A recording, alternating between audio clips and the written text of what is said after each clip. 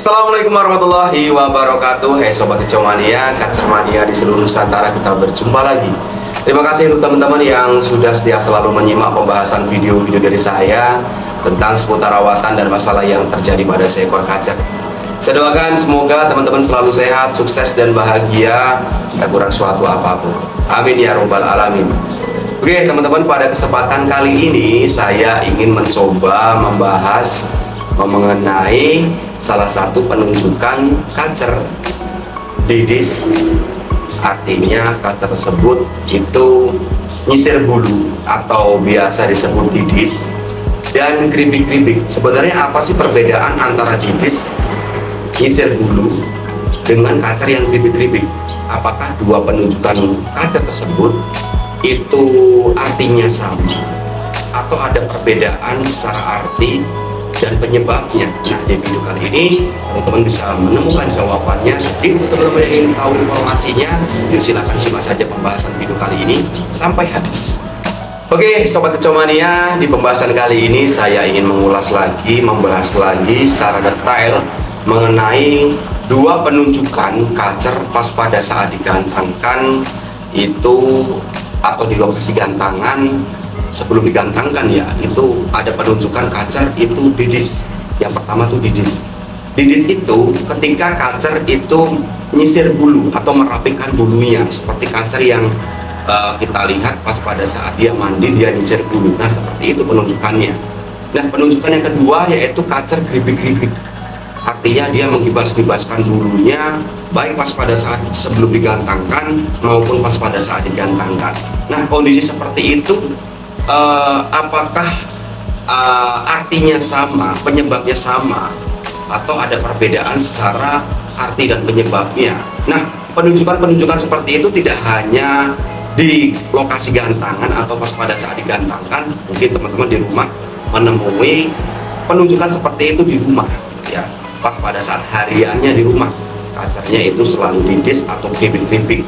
Nah, itu penunjukan seperti itu nanti itu bisa menjadi acuan kita kalau kita emang sudah paham, oh ini kacer ini didis ini penyebabnya karena ini, oh ini kacer ini keripik-keripik, harusnya kacer ini diginikan gitu kan. Artinya dengan mengetahui, dengan paham perbedaan antara didis dan keripik-keripik ini, teman-teman bisa lebih mudah menentukan arah pola rawatan yang teman-teman akan lakukan untuk kacernya masing-masing di rumah. Gitu teman-teman ya. Nah, untuk yang pertama, di sini saya akan menunjukkan salah satu cuplikan video kacer pas pada saat sebelum digantangkan dan pas pada saat digantangkan itu mengalami didis atau nyisir bulu ya. Nah, ini penunjukan yang pertama. Teman-teman lihat di cuplikan video ini ada kacer itu sebelum digantangkan di bawah dia nyisir bulu seperti ini. Nah, ini permasalahan kacer nyisir bulu ini sebenarnya penyebabnya apa sih, artinya apa gitu kan. Sebenarnya teman-teman, dua penunjukan kacer pas pada saat digantangkan ataupun sebelum digantangkan itu nyisir bulu sebenarnya permasalahannya sama. Artinya kacer tersebut mengalami kepanasan atau panas dalam, atau bisa juga diartikan dia kurang birahinya. Bisa teman-teman buktikan ketika kacer ini mengalami nyisir bulu di gantangan seperti ini, pasti di gantangan pasti kerjanya nggak maksimal. Materi yang dikeluarkan itu selalu diulang-ulang teman-teman ya. Materinya monoton. Kalau teman-teman bisa sering memahaminya, yaitu monoton. Monoton teman, materi diulang-ulang teman-teman ya pas pada saat digantangkan. Artinya kondisi kacer seperti ini, kacer yang mengalami kepanasan ya, suhu tubuhnya naik, birahinya dia turun atau drop gitu. Nah, kondisi kacer seperti ini bisa terjadi di rumah pas pada saat harian di rumah. Biasanya kacer tersebut pas pada saat diablat ke pantaunya ya, atau pas pada saat dijemur, atau pas pada saat diumbar dia nyisir bulu seperti ini. Nah, artinya kondisi kacer nyisir bulu seperti ini baik di rumah maupun pas pada saat di lokasi gantangan ataupun pas pada saat digantangan itu penyebabnya sama teman-teman. Intinya kacer tersebut mengalami peningkatan suhu tubuh yang over, lalu mengalami panas dalam, drop atau kurang birahinya. Yang pastinya secara pola rawatan harian yang pastinya kacar tersebut mengalami pola rawatan yang tidak cocok dengan kebutuhan si kacarnya. Biasanya kacar yang seharusnya ini tidak mendapatkan penjemuran, dia mendapatkan penjemuran, atau kacar yang tidak bisa kena umbar, dia kena umbar, atau kacar tersebut bisa kena jemur tapi jemurnya kebablasan teman-teman. Jadi seperti itu.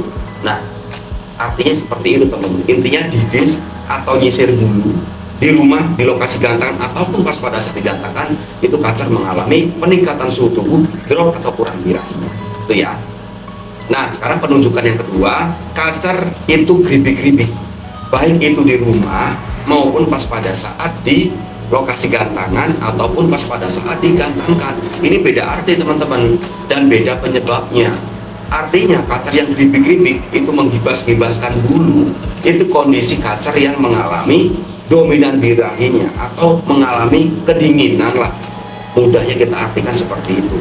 Artinya kedinginan, suhu tubuhnya itu minus, turun ya. Mengapa dia menggibik-gibikkan atau menggibas-gibaskan bulunya, semua badannya bulunya digeribik-geribik? Itu respon atau insting si kacar untuk menaikkan suhu tubuhnya. Kalau kacar geribik-geribik menggerak-gerakkan badannya, seperti halnya kacar yang baru kita mandikan, dia mengerikan bulu kan seperti itu. Dia respon biar cepat dia bulunya kering, biar cepat suhu tubuh yang tadi dia minus atau kedinginan dia bisa naik gitu. Harapannya insting si kacarnya nanti suhu tubuhnya bisa kembali dengan normal. Itu secara logikanya, pengetahuan teman-teman ya. Nah, lalu untuk solusinya kacar yang mengalami yang pertama itu mengalami over suhu tubuh atau kelebihan suhu tubuh atau mengalami drop atau kurang birahinya. Solusinya, kacar teman-teman ini kan mengalami drop birahinya ya. Kalau teman-teman itu tidak tahu karakternya, artinya kacar ini masuknya tipe panaskah atau tipe dinginkah, teman-teman bisa lakukan tahap pengkondisian. Nah, tahap pengkondisian ini nanti setelah kita melakukan tahap pengkondisian, kita tahu nanti arahnya kemana. Misalkan kita kondisikan pakai jangkrik dulu awal. Jadi pakai salah satu jenis EF, jadi jangkrik aja. Berikan jangkrik, dijor, pagi, siang, sore, full kerodong, tanpa mandi, tanpa jemur ya. Nah, nanti ketahuan selama tahap pengkondisian 1 minggu lebih ya, sampai target jangkrik itu ya nanti berkurang sendirinya rata-rata 20 ekor sehari. Nanti kan ketahuan ketika kacar tersebut selama tahap pengkondisian dia makan jangkriknya tidak mau turun-turun ya, biasanya tidak mau turun-turun nih, tidak mau turun-turun, tetap kenyang aja, tetap dia nafsu makan jangkriknya tuh besar, dan kacarnya blow on teman-teman.